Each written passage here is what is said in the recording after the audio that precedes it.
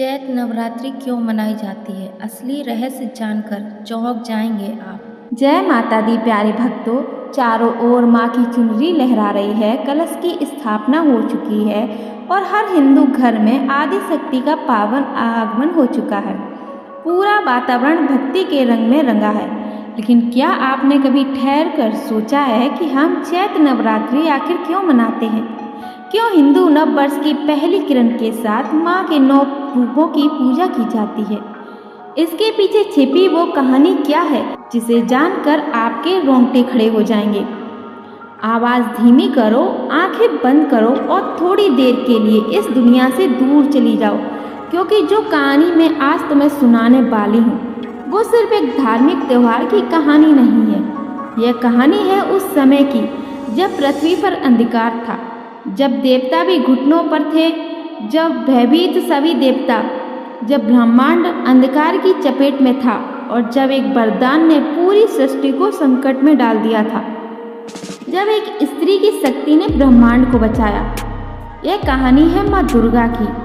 यह कहानी है नवरात्रि की उस आत्मा की जो सदियों से हर इंसान के दिल में चलती एक ऐसी लौ की तरह है जो न तूफान से बुझती है न अंधेरों से। नमस्कार दोस्तों, मैं हूँ रूबी। आज कथाओं का सागर पर हम धर्म के उस पन्ने को पलटेंगे जो हमें चैत नवरात्रि के असली और अनसुलझे रहस्य तक ले जाएगा। और हम आपको ले चलेंगे हजारों साल पीछे उस रणभूमि में जहाँ अहंकार का अंत हुआ और उस साधना की गहराई में जहाँ स्वयं मर्यादा पुरुषोत्तम श्री राम ने शक्ति की आराधना की थी। तो अपनी आंखें बंद कीजिए और मेरे साथ इस आध्यात्मिक यात्रा पर चलिए, क्योंकि आज हम जानेंगे चैत नवरात्रि का वो असली रहस्य जो शायद ही आपको किसी ने बताया हो। अगर आप अपनी माँ की शक्ति पर विश्वास रखते हैं तो इस सफर में अंत तक मेरे साथ बने रहें। तो चलिए सत्य की इस यात्रा को आरंभ करते हैं। कहानी की शुरुआत होती है हिमालय की उन बर्फीली चोटियों से जहां सांस लेना भी दुभर था। वहां खड़ा था एक पर्वत जैसा विशाल शरीर, महिषासुर, रंभासुर का पुत्र, जिसके सीने में प्रतिशोध की आग जल रही थी। हजारों साल बीत गए, न अन्न का दाना, न जल की एक बूंद। वह एक पैर पर खड़ा रहा, मानो पत्थर बन गया हो। उसकी तपस्या की तपिश इतनी प्रचंड थी कि स्वर्ग का सिंहासन डोलने लगा। अंततः सृष्टि के रचयिता ब्रह्मा जी प्रकट हुए। उनकी आवाज से बर्फ पिघलने लगी और चारों ओर एक दिव्य शांति छा गई। ब्रह्मा जी ने पूछा, बस तुम्हारी तपस्या से मैं अभिभूत हूँ, मांगो क्या चाहते हो। महिषासुर की आंखों में एक कुटिल चमक थी। उसने हाथ जोड़कर कहा, हे पितामह, मुझे अमरता का वरदान चाहिए, मुझे कोई ना मार सके। ब्रह्मा जी मुस्कुराए और बोले, पुत्र, जो जन्मा है उसका अंत निश्चित है। अमरता सृष्टि के विरुद्ध है, कुछ और मांगो। तब महिषासुर ने अपनी चाल चली। उसने सोचा, देवता, दानव और मानव, यही तो उसकी मौत बन सकते हैं। उसने गर्व से कहा, ठीक है प्रभु, तो मुझे ऐसा वरदान दें कि मेरी मृत्यु न किसी देवता के हाथों हो, न किसी असुर के, और न ही किसी मानव पुरुष के हाथों। मुझे कोई भी पुरुष पराजित ना कर सके। ब्रह्मा जी ने तथास्तु कहा और अंतर ध्यान हो गए। लेकिन जाते जाते उनकी आंखों में एक करुणा थी। महिषासुर अट्टहास कर उठा। उसकी हंसी से पहाड़ कांपने लगे। उसके मन में एक विचार आया, एक स्त्री, एक कोमल निर्बल स्त्री मेरा क्या बिगाड़ लेगी। स्त्रियां तो घर की शोभा होती हैं, युद्ध की नहीं।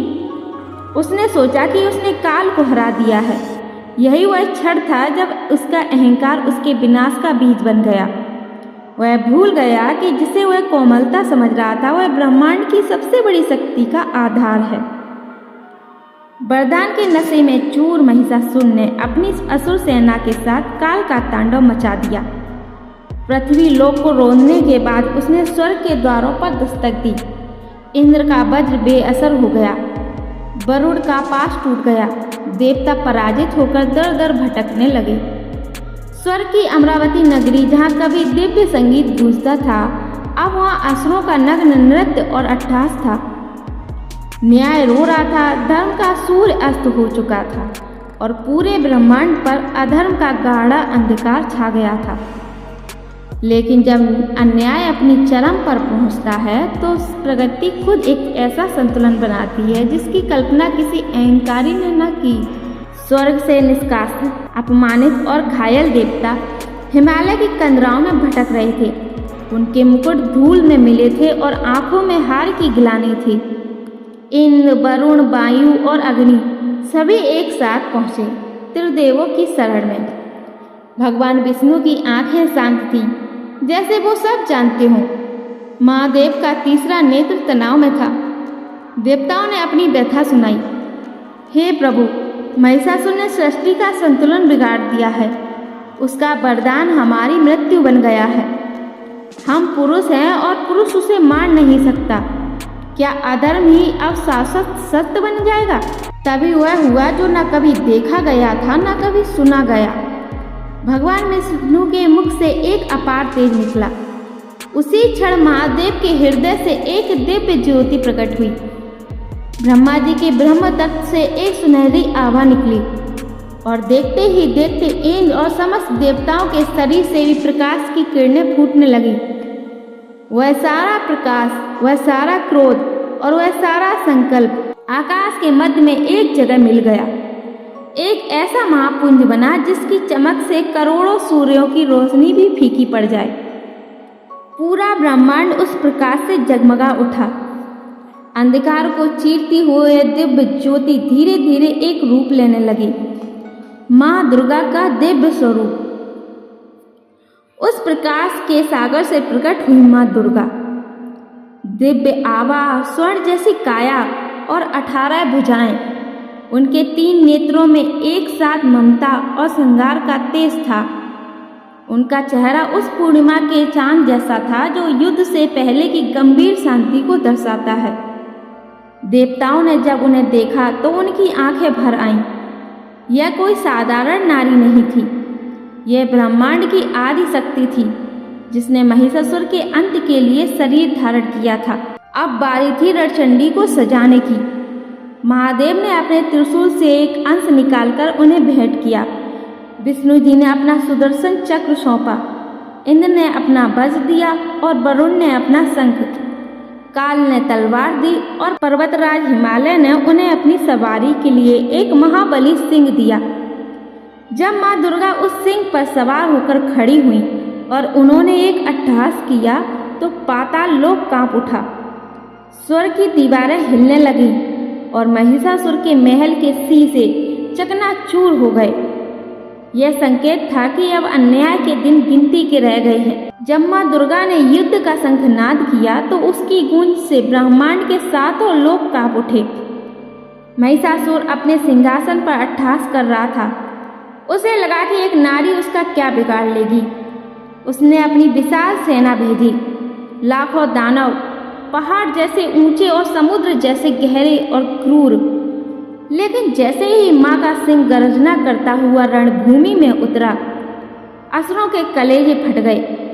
माँ की 18 भुजाओं में शस्त्र बिजली की तरह चमक रहे थे। जिधर भी माँ की तलवारें चलती वहाँ असुरों के सिर गाजर मूली की तरह कटने लगे। यह युद्ध साधारण नहीं था, यह प्रकाश और अंधकार के बीच सबसे बड़ी टक्कर थी। महिषासुर साधारण असुर नहीं था, वह मायावी था। वह बार बार अपना रूप बदलता। कभी वह एक विशाल भैंसा बनता, कभी एक मतवाला हाथी, तो कभी एक खूंखार सिंह। 9 दिन तक यह भीषण युद्ध चलता रहा। हर दिन माँ ने एक नया रूप धारण किया। कभी काल रात्रि बनकर उन्होंने काल को भी डरा दिया, तो कभी कात्यायनी बनकर साक्षात संहारक रूप दिखाया। महिषासुर अपनी पूरी शक्ति लगा चुका था। उसकी माया का जाल एक एक कर कट रहा था। उसके सेनापति त्रिशूल और चामर धूल में मिल चुके थे। अब वह अकेला था और उसका अहंकार अब धीरे धीरे डर में बदल रहा था। अंततः वह 9वां दिन आया, महानवमी की वह घड़ी। महिषासुर ने अपना अंतिम रूप, एक विशाल काले भैंसे का रूप लिया और माँ की ओर झपटा। धरती फटने लगी, समुद्र उबलने लगा माँ दुर्गा ने मुस्कुराते हुए अपने पैर से उस दैत्य की गर्दन को दबाया। महिषासुर छटपटाने लगा। उसने अपनी पूरी ताकत लगा दी, लेकिन उस आदिशक्ति के सामने वह एक तिनके के समान था। तभी माँ ने महादेव द्वारा दिया गया वह अमोघ त्रिशूल उठाया। त्रिशूल की चमक से सूर्य भी छिप गया। एक भीषण गर्जना के साथ माँ ने वह त्रिशूल महिषासुर के सीने पर उतार दिया। उस अहंकारी दैत्य के प्राण पखेरु हो गए। वह पहाड़ जैसा शरीर जमीन पर गिर पड़ा और उसके साथ ही गिर गया अधर्म का साम्राज्य। जैसे ही महिषासुर गिरा, आकाश से देवताओं ने पुष्प वर्षा शुरू कर दी। जय माँ दुर्गे के जयकारों से तीनों लोग गूंज उठे। इंद्र को अपना सिंहासन मिला, ऋषियों को अपना तप और मनुष्यों को अपना विश्वास। यही वह विजय है जिसे हम महानवमी और विजयदशमी के रूप में मनाते हैं। यह कहानी हमें याद दिलाती है कि बुराई चाहे जितनी भी बड़ी क्यों ना हो, उसका अंत एक नारी के संकल्प और सत्य की शक्ति से निश्चित है। दोस्तों, नवरात्रि केवल उपवास रखने का नाम नहीं है। ये अपने भीतर छिपे काम, क्रोध और लोभ, मोह, अहंकार रूपी महिषासुर को मारने का उत्सव है। उम्मीद है आज की यह सिनेमैटिक यात्रा आपके दिल तक पहुंची होगी। अगर आप चाहते हैं कि मैं ऐसे ही और प्रेरणादायक और आध्यात्मिक वीडियो लेकर आऊं, तो हमारे चैनल कथाओं का सागर को सब्सक्राइब करना ना भूलें। अगली बार फिर मिलेंगे एक नई कथा के साथ। तब तक के लिए प्रेम से बोलो जय माता दी।